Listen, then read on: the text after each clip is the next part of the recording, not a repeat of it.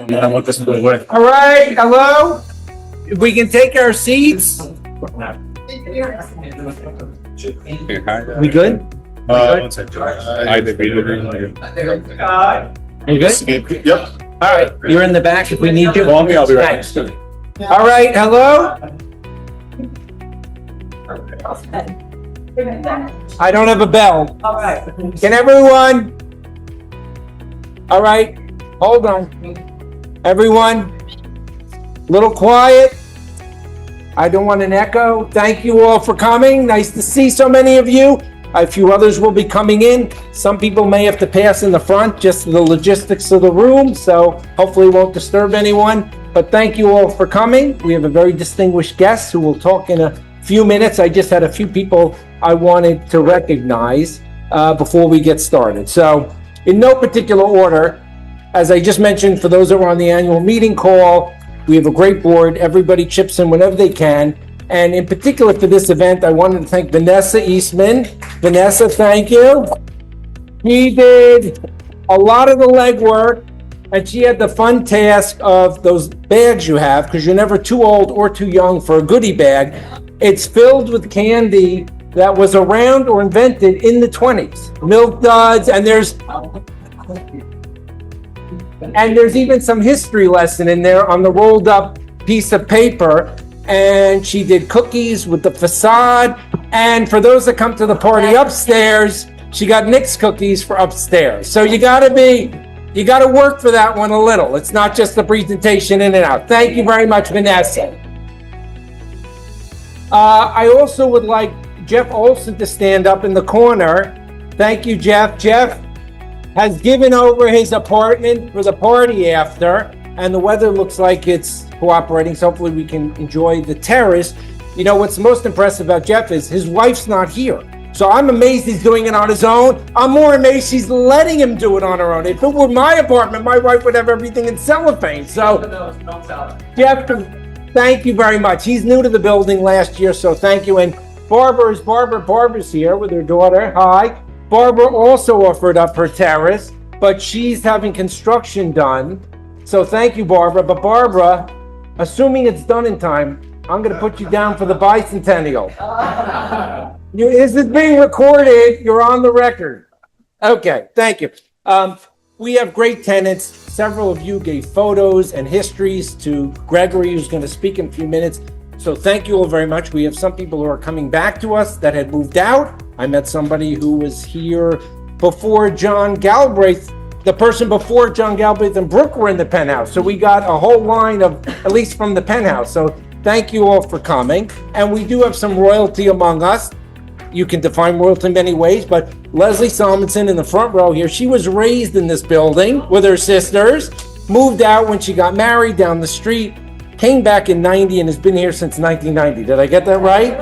And she gave us some very good photos and some good history. So thank you very much, Leslie. Appreciate that. And one person is Frances here, Friedman. Frances Friedman couldn't join us, for those that don't know, but Frances, this is impressive. Earlier this year, she turned 109. So for everyone who's impressed, you meet somebody born around World War II. She was born during World War I. And she survived the original COVID, which you all probably know, 1918, the Spanish flu. So God bless her. May she keep going and have many years in this building. But when you get to that age, it's very impressive. You're doing something right. I would like to thank Paul and the entire staff. Paul.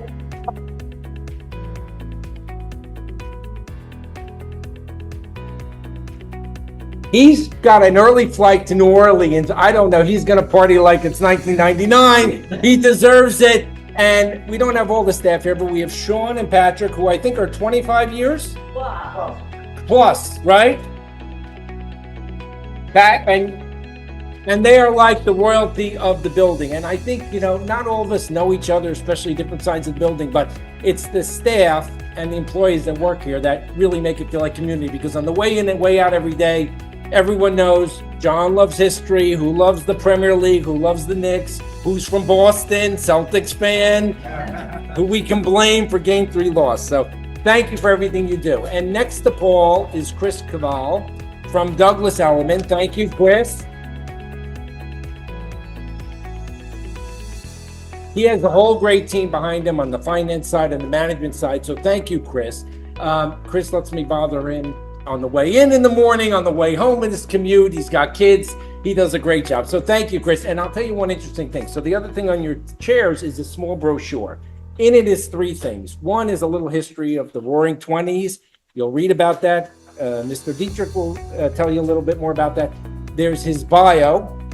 And then the third thing, and I'd like to thank Brooke Barrett, thank you, Brooke, sent us the original offering document for the building from 1927 when it was a rental.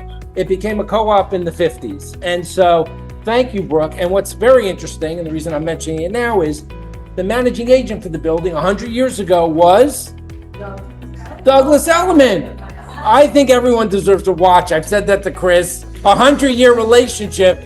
You don't have many of those. So thank you, Chris. And it's nice to know the relationship's been that long. That was very impressive.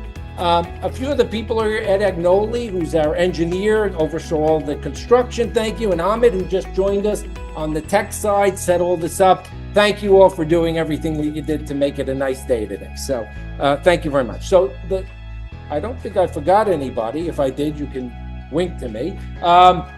The last person I have to keep short and sweet. It was a promise. But before I was president, we had a great president, John Galbraith, who's here in the front row.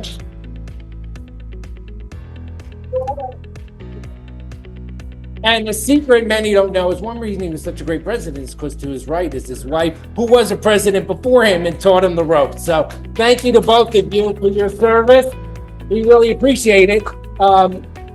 I have a couple of small gifts for you, John. You can come up, get them, and then walk away, and then we'll get to the presentation. He hates this, but John oversaw everything that you really don't see in this building. New elevators, new water tower, new equipment for the heater in the basement, and the facade work. And he did it with a lot of hard effort. He had different committees. He would always say, you guys did yeoman work, but no one did more yeoman work. I don't even know what a yeoman is, but no one did more yeoman. Do you know what have you ever met a yeoman? He's never met a yeoman, but no one did more yeoman work than John. And then when he's done with all the work, what does he do? They sell the apartment and they leave. So thank you for being so selfless and doing all you do.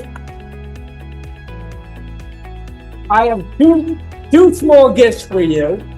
For those that like golf, this is the Claret Jug.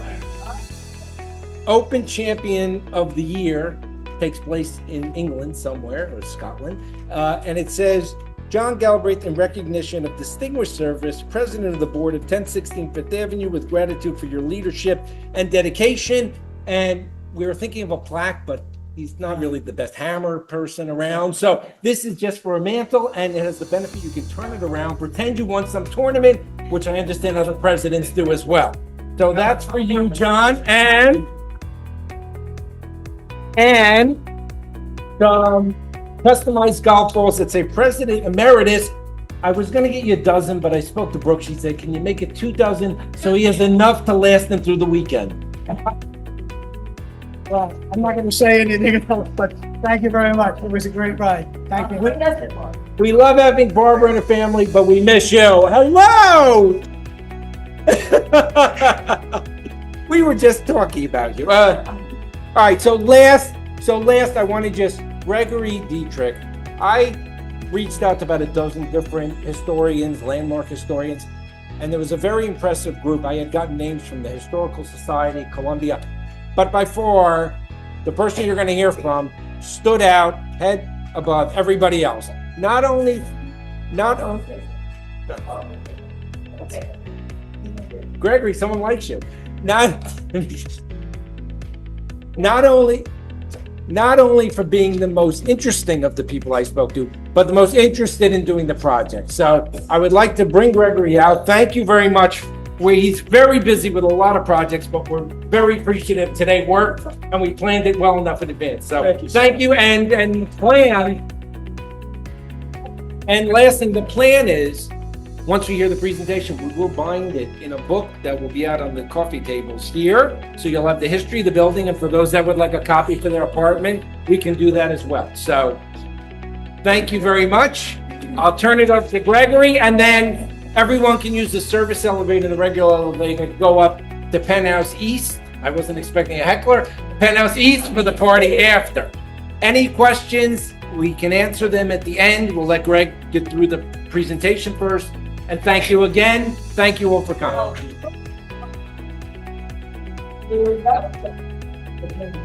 Wow, what a tough act to follow. I was just thinking that if I ever have a roast, I would like Dr. Fish to Yes. be the master of ceremonies. Yeah. So, thank you all for coming tonight. I am pleased to be here to talk about the story of 1016 Fifth Avenue, along with the notable people who made it their home. Now, although technically this building was completed 99 years ago, its origin story goes back 100 years. And that is why we are all here tonight for this centennial celebration.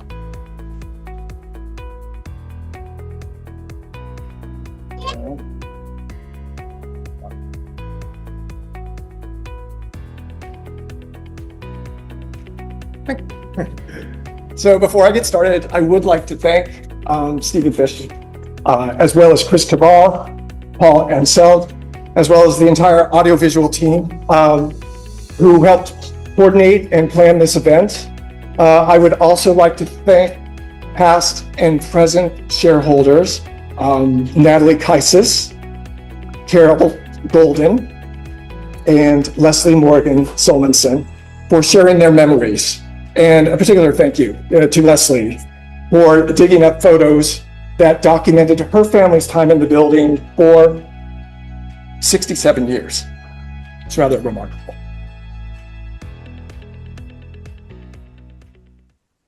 So let's start by going back 100 years to what was going on in 1926.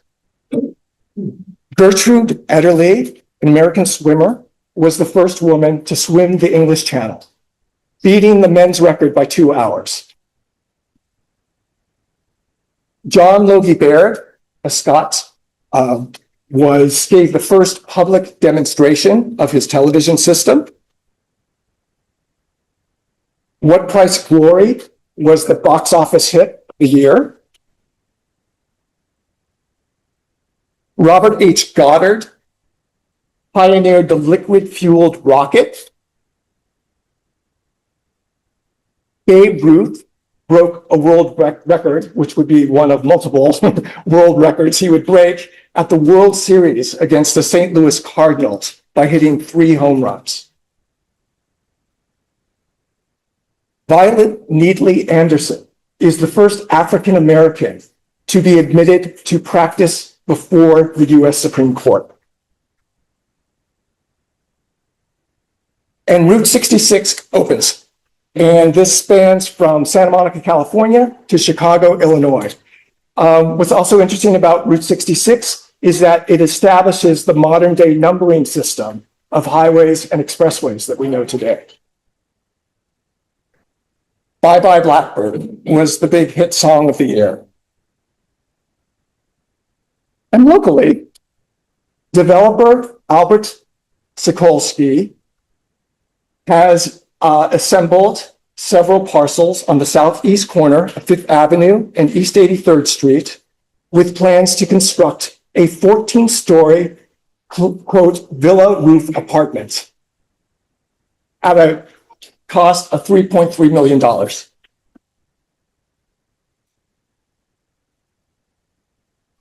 So early developments along Fifth Avenue between 59th and 106th Streets in the 19th century indicated that it would be markedly different from the district to the east in Northville. In fact, Frederick Law Olmsted, who together with Calvert Vaux won the competition in 1858 to design Central Park, maintained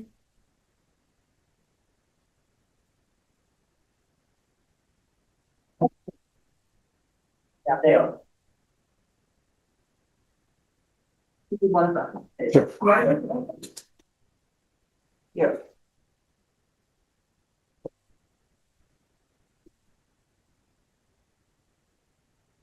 most vocal audience I've ever had.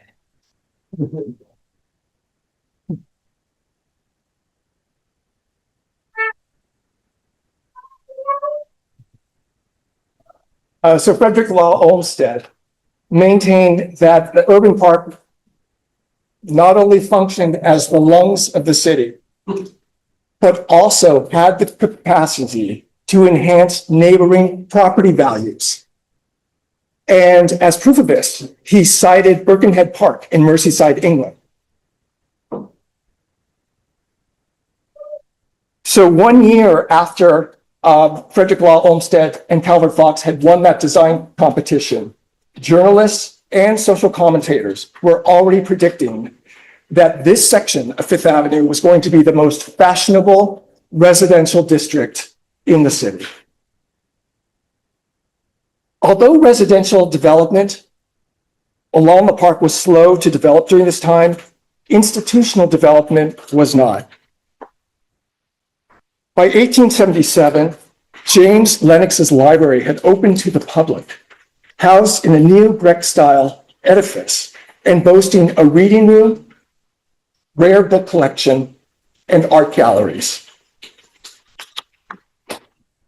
3 years later, the Metropolitan Museum of Art opened its high Victorian Gothic building on the periphery of Central Park, enabling New Yorkers to marvel at its collection of paintings by the old Dutch masters, along with ancient artifacts. Together, these two august institutions laid the foundation for a neighborhood that would be distinguished both by its culture and its architecture.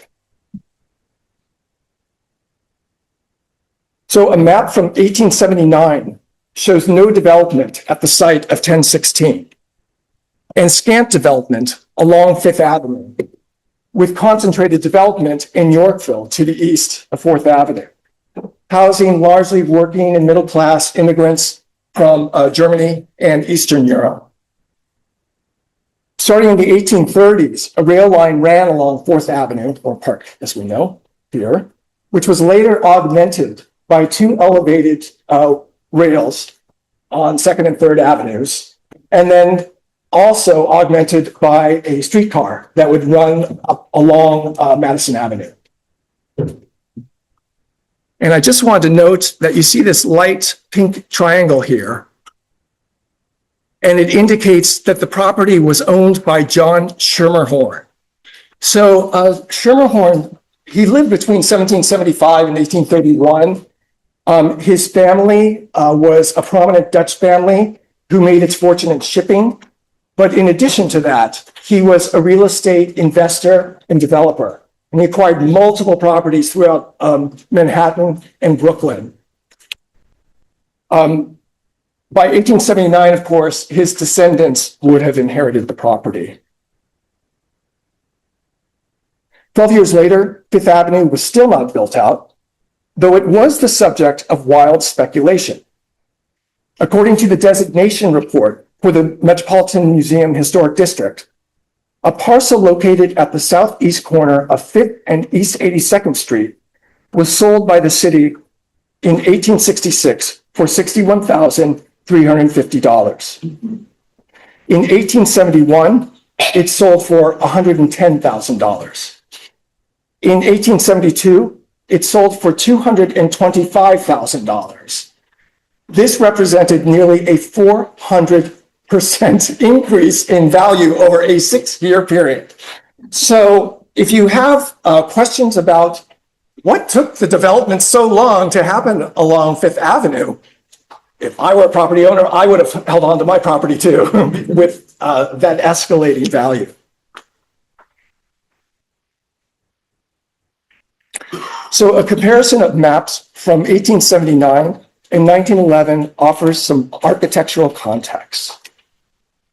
Across the street from 1016, we can see an Italianate mansion dating to 1878, which was acquired and renovated by William Salomon in 1906. And that is Salomon Brothers, along with a modest wood frame house that was constructed in 1845.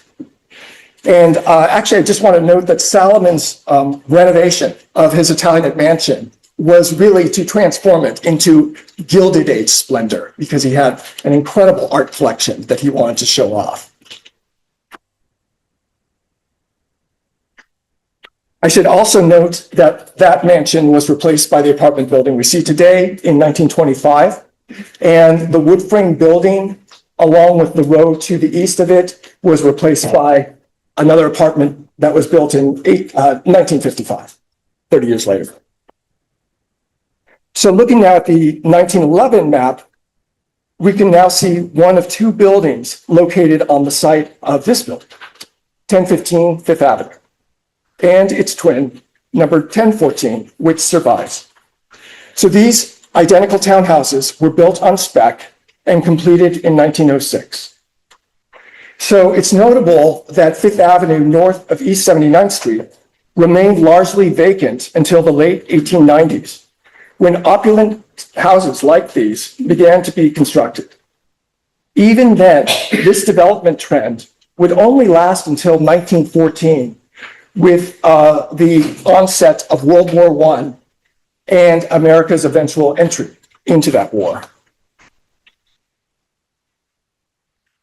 On December 19th, 1926, the New York Herald Tribune reported that excavation had begun for a 14-story, 60-unit apartment house with 2 penthouses. In addition to referencing the developer, it cited the architect as John B. Peterkin, as well as the broker as Douglas L. Adams.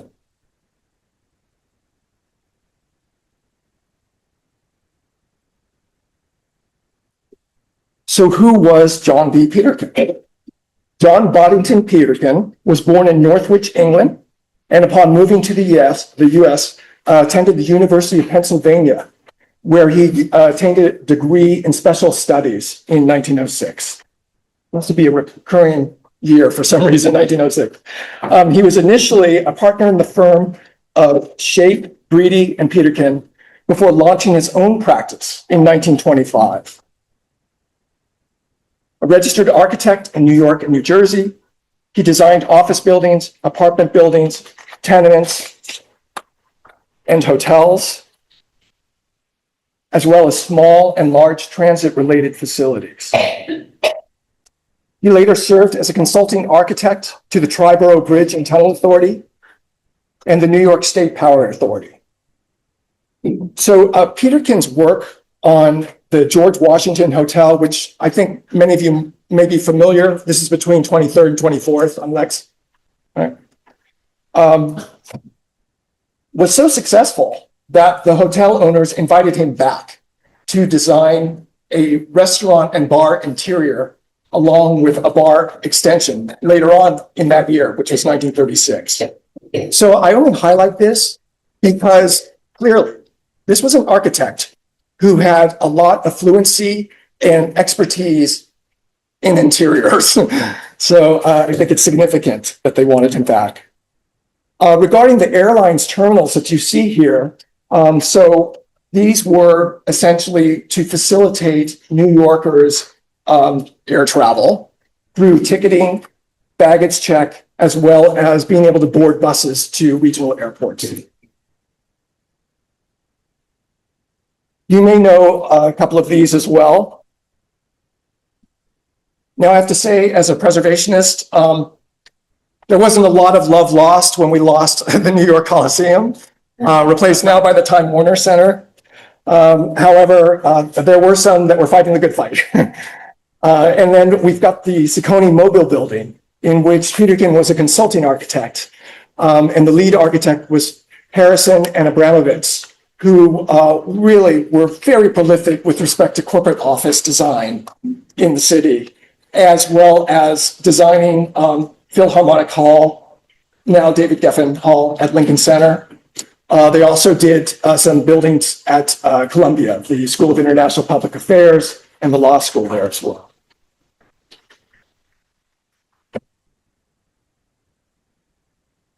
So on October 30th, 1927, the New York Times reported on the completion of 1016 Fifth Avenue, noting that the units were being rented rapidly.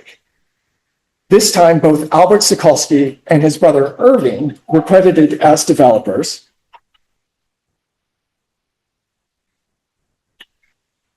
along with another apartment house at 37 East 34th Street, which is on the far left. So that's the illustration on the far left, was another Sikorski development. All right.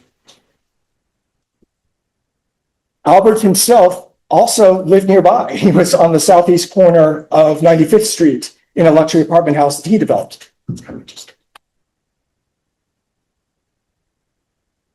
So Peterkin, I know we're going way back, aren't we? In the beginning. So Peterkin incorporated a neo-Italian Renaissance style into his design of 1016 Fifth Avenue, which had its roots in ancient Greece and Rome as these empires flourished between 8th century BC and 5th century AD. Moreover, it was historically associated with the Italian Renaissance between the 15th and 16th centuries and the designers who promoted the architecture of ancient Greece and Rome through their drawings and writings. One of the most influential, if not the most influential architect working at this time was Andrea Palladio. He was born in Padua and raised in Vicenza. He was trained as a sculptor and a stone mason before becoming an architect. In 1541, he traveled to Rome, where he was absolutely captivated by the ancient buildings. After immersing himself in the studies, that is, architectural treatises of Leon Battista Alberti, published in 1485, along with the recently discovered work of Vitruvius, whose Augustan age drawings were published for the first time in 1486, Palladio became a leading proponent of classical architecture. His I Quattro Libri della Architettura, or the Four Books of Architecture, was published in 1570, and this became a textbook study on classical architecture, encompassing design, materials, and proportion through a whole range of building types. In 1717, the book found its way to England, where it influenced the design of public buildings, manor houses, and clubhouses between the mid to late 18th and early 19th centuries. The English translation eventually made it to New York in the early 19th century, but it's notable to know that the unabridged American version of the Four Books of Architecture were not published in this country until 1965. Yeah, what took them so long?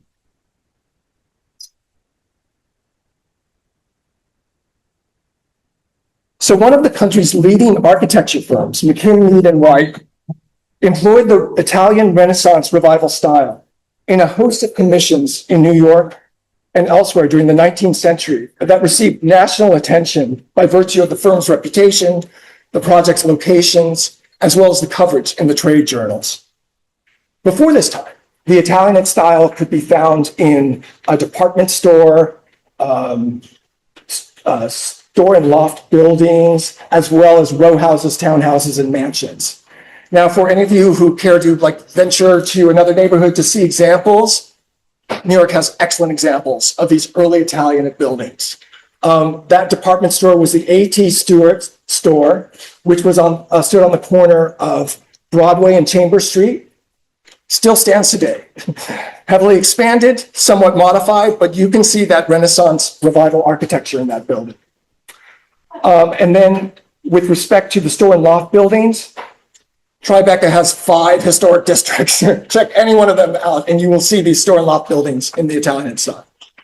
And then lastly, for the mansions and row houses and townhouses, Brooklyn Heights actually has a nice sampling of all 3 of these. In particular, they have a pair of early Italian mansions located just off the promenade on Columbia Street at the foot of Pierpont Street. Definitely worth checking out.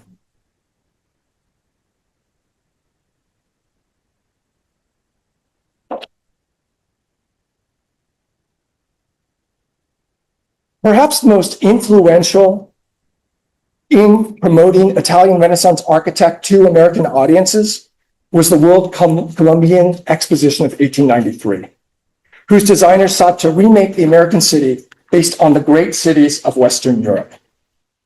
The justification for their plan was that classically inspired architecture had the capacity to spiritually and morally uplift the citizenry. The resulting model was a harmonious ensemble of gleaming white buildings that were all designed of a piece and informed by balance, order, and symmetry, while also being enlivened by French classical motifs. So by the turn of the 20th century, Beaux-Arts planning and design could be found in major cities across America, including New York, informing a wide array of building types, including the design of 1016 Fifth Avenue. And so this is also known as the City Beautiful movement with respect to this plan and the design. What you see on the left is this reflecting pool. Notice it's on this axial design, very intentional, very ordered, very classically informed. If you go to town centers or cities that were developed during this particular period, late 1800s, early 1900s, you will see this example of procession terminating typically in the main building, so that in fact, if you're going to City Hall, that's the centerpiece. Along the way, you might have administrative buildings related to city government. Maybe it's a tree-lined boulevard as well. That's all part of it.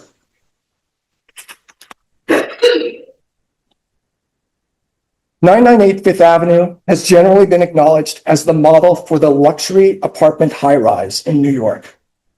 Designed by William Richardson of McKinney & White and completed in 1912, 998 was a natural extension of the firm's clubhouse designs in the Italian Renaissance Revival style." And I just want to harken back to this one, because I think you can really see the architectural stepping stone here between that building and the one that we're looking at now at the southeast corner of 81st Street.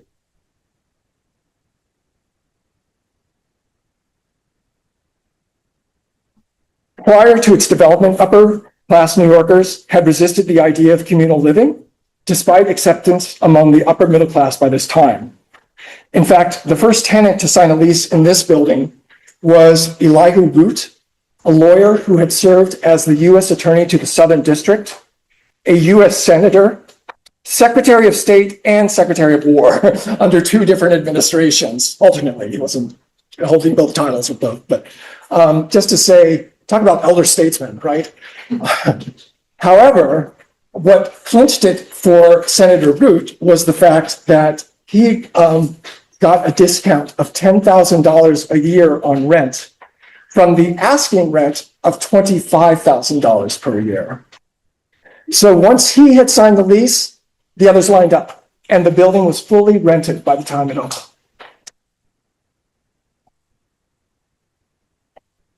Among the factors that attracted upper-class tenants to 998 was certainly the unprecedented size of its apartment units and individual rooms, its elegant yet restrained design, melding Italian Renaissance elements and Beaux-Arts motifs, its modern amenities, which included refrigeration, waste incineration, washers and dryers, a jewelry safe, wine cellars, pretty much had it all, and other soon-to-be prerequisites such as privacy, views, and an abundance of natural light. All of these features would influence later designs, which would flourish in the aftermath of World War I, reaching their peak just before the onset of the Great Depression in 1929. So the precedent of 998 Fifth Avenue was consequential because it offered an alternative for wealthy homeowners and their families to enjoy the elegance of fine design and the ease of modern convenience. And a lot of modern conveniences were certainly coming into their own in the 1920s. And the kicker, of course, was this was at a cost that was lower than what they would have to pay to maintain a home. Although 998 set the standard for luxury apartment house design, it was by no means the rule. Instead, it paved the way for a host of variations to come. So, for example, architects J.E.R. Carpenter and Rosario Candela gained renown as masters of the luxury apartment plan, especially when confronted with the task of having to integrate multiple units per floor with a limited building footprint. And as you can see, upper left, this floor plan of 998 is showing you a single apartment per floor. And just to note that similar to 1016, the renters have the option of a simplex or a duplex. Also, just to highlight the public spaces of 998 alone on a floor were approximately 2,500 square feet.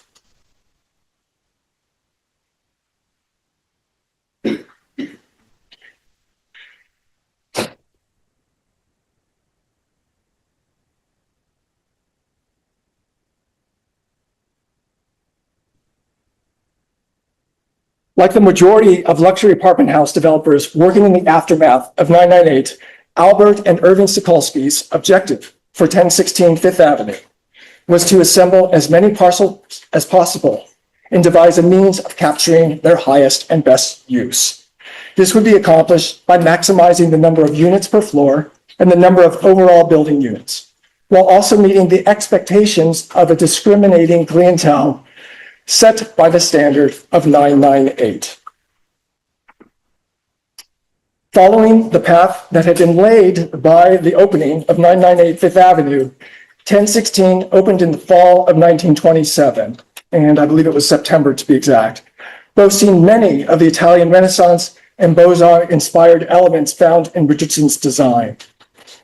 And I should note that I was very pleased to be able to find a photo of the building really shortly after it was completed in 1927. Also, these are, I believe in your handout on the right, these illustrations that tout the lobby as well as show you a typical living room with a wood burning fireplace. So looking at Palladio's design for the Colleoni Porto Palazzo in Vicenza, we can see the extent of influence that Italian Renaissance architecture had on the design of 1016 Fifth Avenue. And so here you can see the triangular pediment as well as the segmental pediment. So both of these, of course, are classical elements. However, Palladio is the one that sort of mixes it up and he alternates them. So he was basically taking all of these fundamental principles of ancient Greco and Roman design, and then giving it a Renaissance gloss, you might say.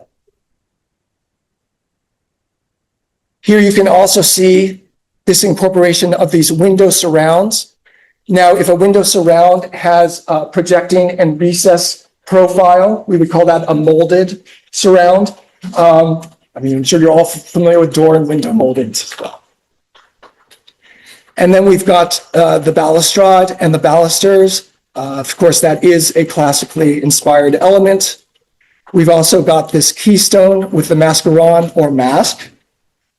We've got these voussoirs, which are typically over the arch. In this case, they radiate, and that also was a Renaissance-inspired design motif.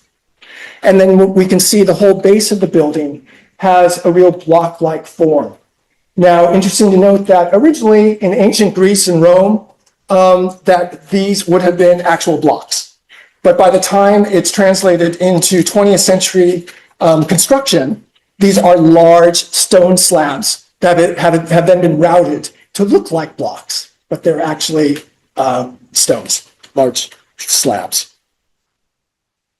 So now when we turn our attention to the facade on East 83rd Street, we can see not only the character-defining features of the Neo-Italian Renaissance style, but also some Beaux-Arts accents. And I would say the Beaux-Arts accents really come into play, especially with your entrance here, with respect to the frieze in this entablature over the doorway, which is decorative and has a very sort of Frenchified feel to it. The swags and the garlands, this is all, when you see the little angels, the putti, that is all a part of this Beaux-Arts inspired ornamentation.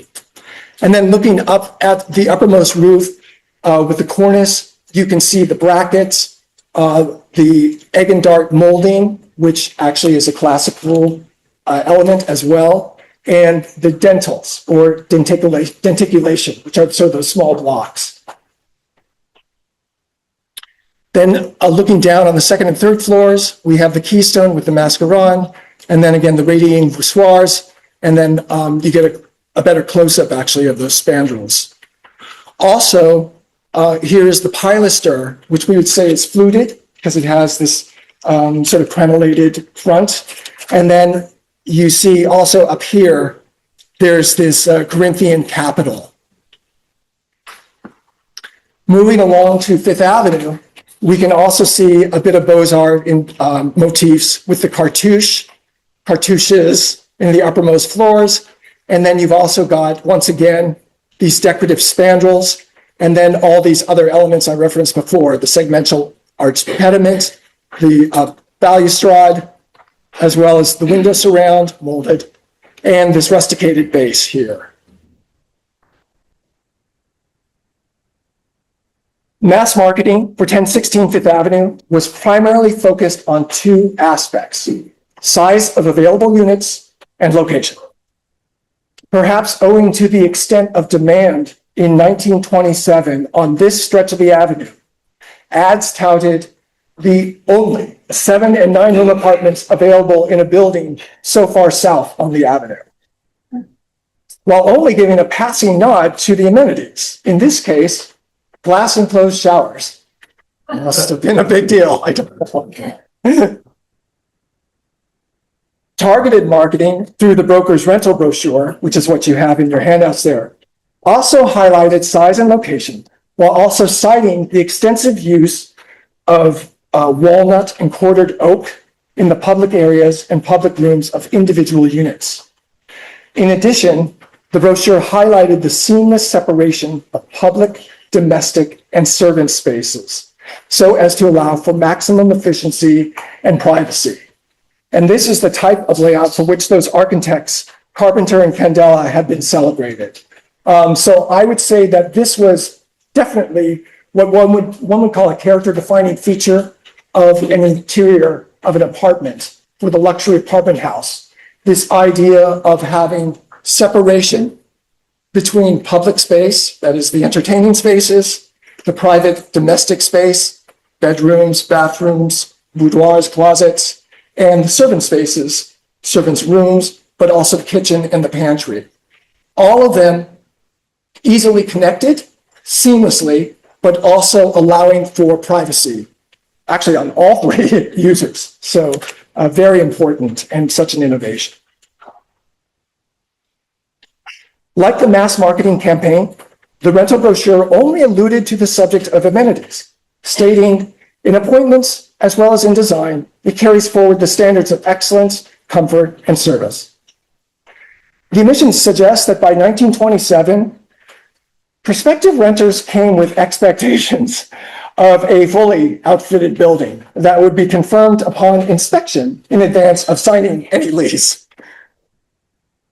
Starting rents for 1016 were advertised at $5,500 per year, which translates into today's dollars to $105,265 per year, or $8,772 a month.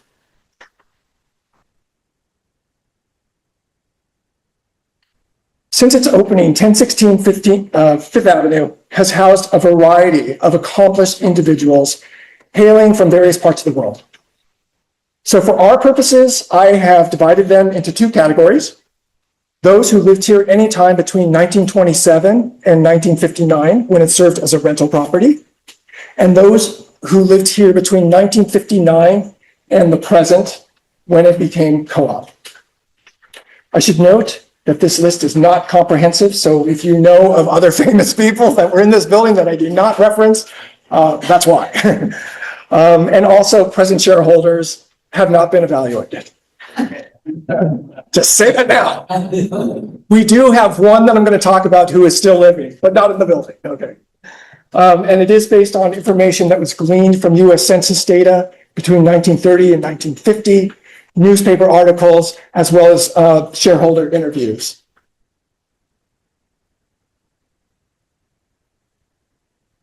Anthony A. Paterno.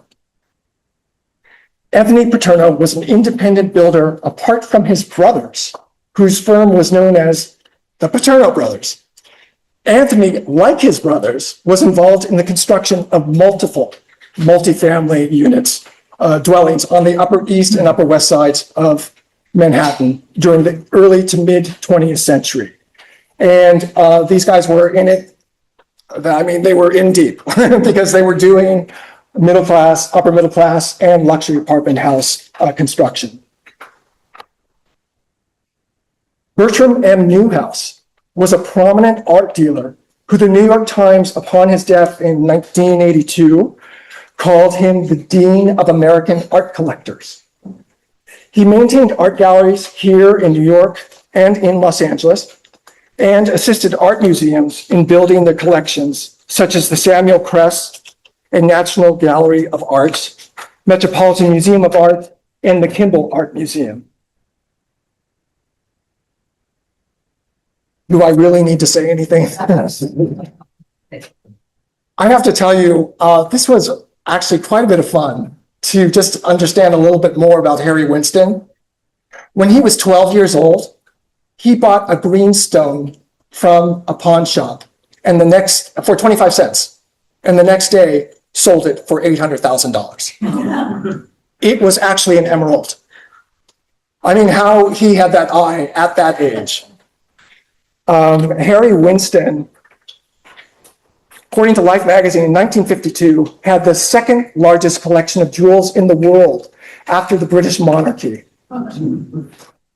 He always shipped his jewelry domestically by United States Postal Service, albeit with a lot of insurance, right? But typically wrapped in brown paper, brown boxes. I mean, honestly, apparently he never had a problem doing it. Ellery W. Stone, he served in both world wars with the assignment of regulating radio communications. First for ships passing into the United States during World War I, and later as Chief of Communications of the Allied Commission for Italy during and after World War II. In this latter role, he planned, coordinated, and executed the restoration of communications in liberated Italy. For his service, he received the Navy and Army Distinguished Service Medals, the Legion of Honor, and the Order of the British Empire. I feel like he was this building's Elihu Root. Julius Schwartz was one of the largest manufacturers of boys' clothing in New York City, expanding on a family business that had its roots in Tribeca during the mid to late 19th century. I actually highlight Julius Schwartz because we are or were certainly in the center of the garment trade. So it is pretty significant that he was the largest company doing this. Robert Brosse was a sculptor and painter from Paris who was involved in the Paris art scene of the late 1920s and 1930s. In Paris, he attended the Beaux-Arts de Paris and won the Grand Prix Award for sculpture at the Salon National. A year after arriving in New York, he had his first solo exhibition at the Paul Reinhardt Gallery in 1937, after which his work was shown internationally. And unfortunately, I was unable to find a photo of Robert, so you have an example of one of his works, A Woman with a Ball. Ellie Marcus. So she began as a fashion and commercial photographer in Berlin in 1918 before establishing herself as a portrait photographer. She emigrated to Paris in 1934 following Hitler's rise, and in 1941 fled occupied Paris to work in Hollywood and New York. So I was very curious, of course, about her work in Berlin as well as Hollywood. And when you look at this work, you can see that the Berlin years, which coincide with the whole rise of the Weimar Republic. Kind of louche, right? Bohemian, very organic. And then much later, in the 1940s and 50s, her portraiture in Hollywood, of course, is very much defined by the shadow and the light, as they were doing with those portraiture, what we would associate with glamour, Hollywood during that time. So very stark contrast in her work. Captain Piero Tozzi Jr. started out as a portrait artist who later became an art and antiques dealer and art authenticator. He operated galleries in New York and Florence, specializing in Italian decorative arts, sculpture and painting, and assisted art museums in building their collections, such as the Art Institute of Chicago, Cincinnati Art Museum, and the Metropolitan Museum of Art. Now, I gotta say, this guy was a fascinating figure. Either he had a really good press agent, or he was perhaps the OG of social media, because he got his name out there during the late aughts and the early teens. He has got numerous mentions of his work as a portrait artist. And it was interesting because other artists that I was researching, you didn't see that much press. Then in the 1920s, suddenly things turn. He's referenced as an art and antiques dealer, but he is making his name as an art authenticator. So he is basically being called by museums across the country. Can you take a look at this painting and tell us whether it's the real deal? That's not real. No, it's not the right material, or that is not the right paint varnish. He basically had a lot of aha moments that were reported in the press. So very interesting figure. In October 1958, the New York Herald Tribune reported that 1016 Fifth Avenue was going co-op. And in January 1959, the paper reported that the new corporation had acquired the building. In May 1955, sponsor Peace and Element had released the cooperative plan for the building at a purchase price of $2,391,476.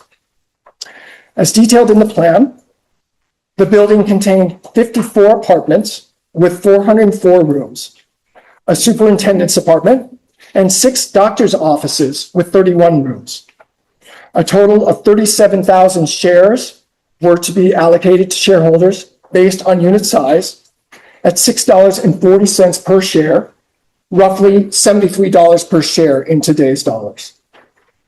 The corporation was anticipating additional income of $19,596 per year from the doctor's office rentals.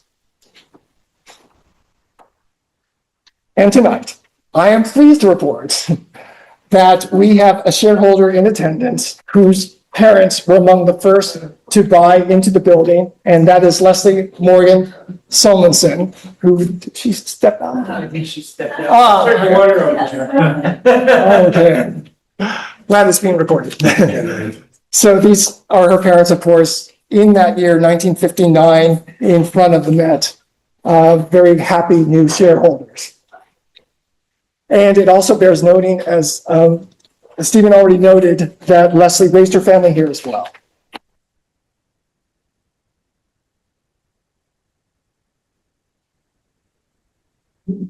Stella Adler started acting when she was 4, having been born into a family of actors who performed in the Yiddish Theater District on the Lower East Side.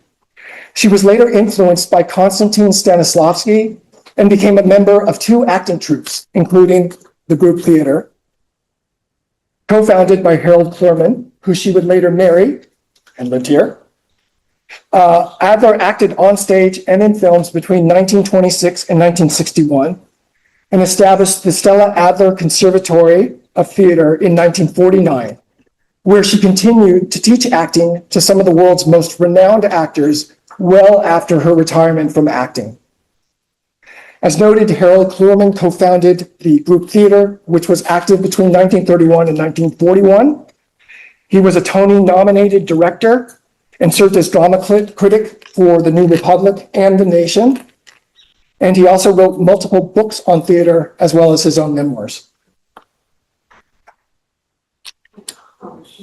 Kurt Waldheim served as the Secretary General of the United Nations between 1972 and 1981, and President of Austria between 1986 and 92. However, his legacy as Secretary General was later overshadowed by revelations of his time in the German army during World War II. So significant, but not necessarily celebrated. Not celebrated, I should say. Carlo Bellotti was a cosmetics executive and an art collector. His collection of works included De Chirico, Warhol, Lichtenstein, Dali, de Saint-Gall, Rivers, and Rotella. Today, many of these works are housed at the Villa Borghese in Rome that he adapted from an orangerie. So he personally oversaw this adaptive use of this building at the Villa Borghese.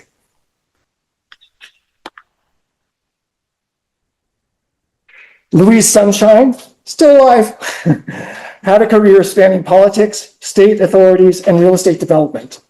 She served as vice president of the Trump Organization before establishing the Sunshine Group Limited in 1986 with Jerry Speyer as a limited partner. The Sunshine Group itself was pioneering in the areas of pre-development planning, marketing, and sales of both high-end residential and mixed-use developments. Apart from real estate, Ms. Sunshine's philanthropy has extended to support the Worldwide Orphans, the American Jewish World Service, the American Red Cross, and the University of Miami School of Architecture.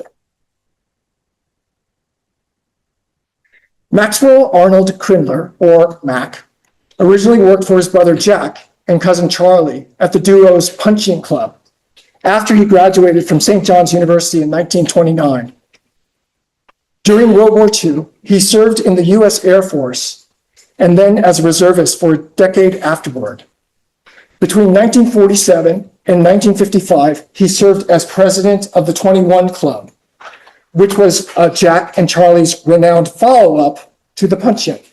So the Punch-In Club was located where Rockefeller is, and so those days were numbered, and that's when they relocated in 1930 to West 52nd Street and opened the 21 Club. Mac's brother, H. Peter Crindler, or Pete, initially helped his family out at the 21 Club between 1930 and 1938, becoming a partner in the latter year. After Jack's death in 1947, he became the club's official host, which he deftly filled until 1985, when it was sold to an outside company. In 1999, he published his memoirs about his time there.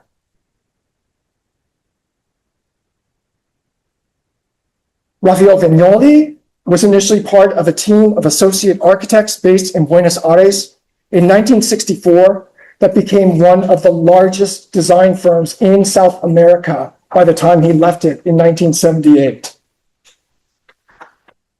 He came to the United States and he launched his own practice in 1983, where he did a series of conversions involving the John Jay School of Criminal Justice, as well as the School of Architecture at City College of New York. Some of the new designs that he produced was the Kimmel Center for the Performing Arts in Philadelphia. Also, he did the Brooklyn Children's Museum, the International Forum in Tokyo, as well as 20 Fenchurch Street in London, also known as the Walkie Talkie.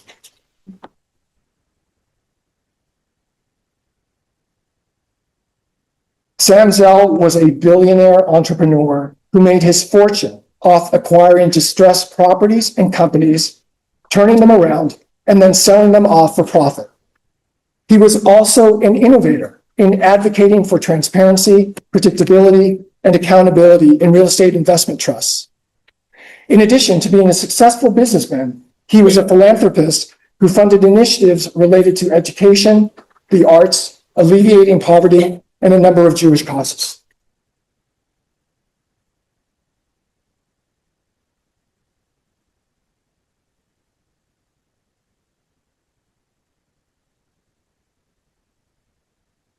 1016 Fifth Avenue was built during a peak period of development in the luxury apartment house, a period that suffered a decline during the Great Depression. As the effects of the Depression reverberated throughout American society, the country's entry into World War II would bring it back while also uniting the country and its allies through a common cause. Apart from these world events, New Yorkers had to confront other challenges, clearly. Whether it was having to deal with the decline of public services, maintenance, and safety during the fiscal crisis of 1975, the service worker strike of 1976, the blackout of 1977, or the escalation of crime reaching its zenith in 1981. Apart from these citywide challenges, 1016 had its own issues to confront with regarding staff and upkeep during this particular period.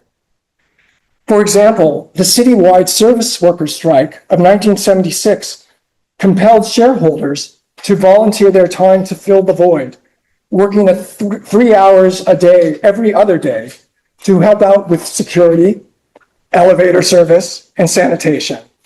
And for anybody who's a relatively new shareholder, it's important to understand that this building did not always have self-service elevators. So in fact, that was a very important volunteer effort on the shareholders' behalf there. The blackout in the year that followed was notably compounded by a heat wave and resulted in looting, arson, and general chaos in the streets. This event, which lasted about 24 hours, most certainly had residents wary of venturing outside, but also emboldened by the strength of a community within. These temporary setbacks would have inspired a deeper resiliency among shareholders at 1016 as they came to confront each crisis head on. Nevertheless, nothing could compare with the attack occurring on 9/11 and the scale of loss that unfolded on that day, challenging New Yorkers' long-held notions of national security and stability. There's still no getting around the lasting impact of that series of events and its reverberations throughout all echelons of American society.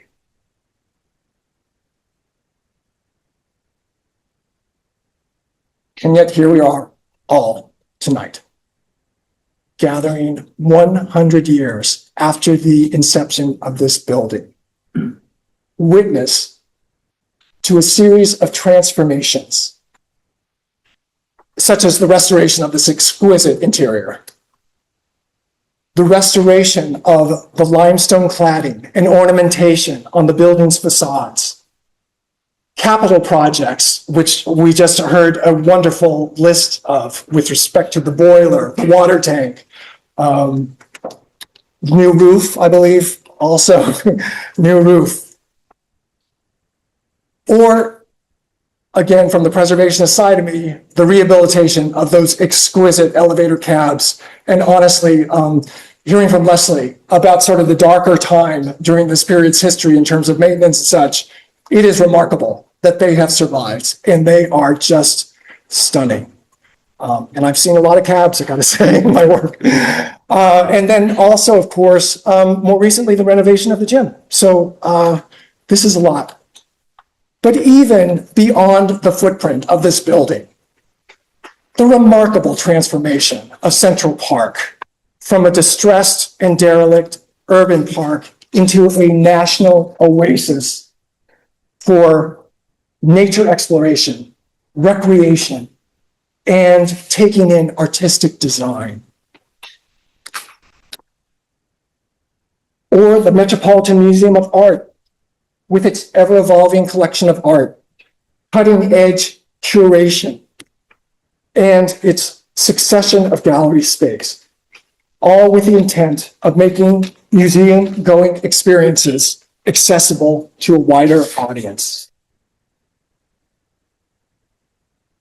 I think it is safe to say that in New York, with its calamities and comebacks, it's always going to be cyclical. But it can also be said that the places where we live, work, and play have a profound impact on our well-being.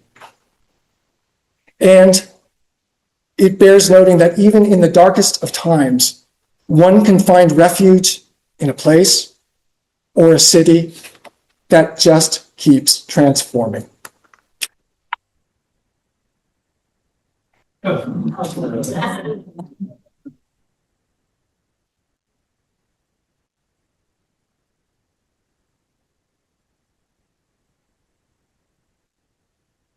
So I just wanted to close by noting that both Carol and Leslie were highly complimentary of past building superintendent Declan Hennessy, current resident manager Paul Anseld, and the entire staff who continue to make 1016 such a desirable place to live.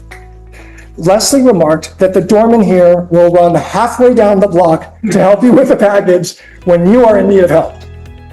Similarly, Carol noted that everything is handled so well among the staff, the board, and the managing agent. Former resident Natalie Kaisis, who spent the first 18 years of her life in the building, noted that the family dog, a Spanish King Charles Spaniel, was beloved by the doorman and used to ride down the elevator with the elevator operator, go outside on her own to do her business, and then alight to the family apartment, often without them even knowing that she was gone. Now that is an apartment home of distinction. Thank you.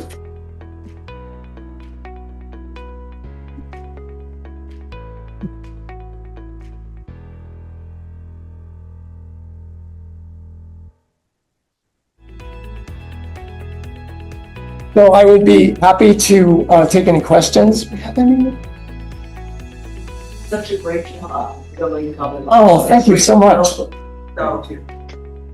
case. Thank you. So the rest of this block towards Madison was just smaller structures, but this was built just. Right, so I did find that on this side of the block, toward Madison Avenue, the row of the Queen Anne style row houses, those were built in 1888. And by an architect, Minuith, I've never heard of, but yeah. Yes? What kind of height ceiling is that taken digitally or why would they not? Well, definitely high ceilings played into making the units more attractive. So it was a question of essentially the zoning, which capped the height at 14 stories with penthouse, and how high you could go using that footprint. So that scale, I should say.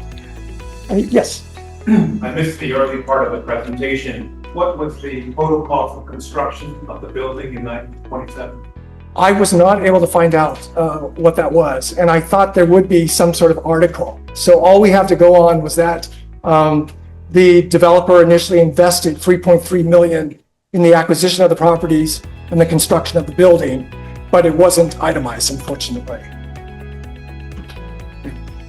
My son's an architect, so I don't really know much about architecture, but the square, the Italian arch of rim, I thought it was at one time structural, but it's more ornamental here. It is, yes, it is a structural design, but in this case, it would be ornamental. Okay. Yes. I want to make sure it wasn't holding up the. Right, and for those of you who don't know, this is a steel reinforced, stone building, essentially, limestone clad. Yeah. Walk through the concept in Europe, or where did the concept of selling parts of the They did, I believe it's a Finnish, was a Finnish concept that made its way to the US. In New York, I think the earliest one is 1870s, and it's in Brooklyn. But actually around Brooklyn Heights, there's a very old one down there on State Street.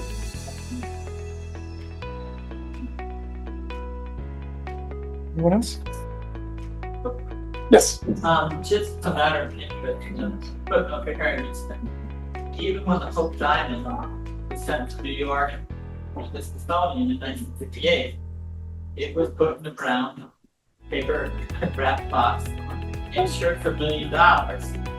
And that box today is on display at the USPS Museum in Washington. Fantastic. I will definitely check that out. Thank you. That is great.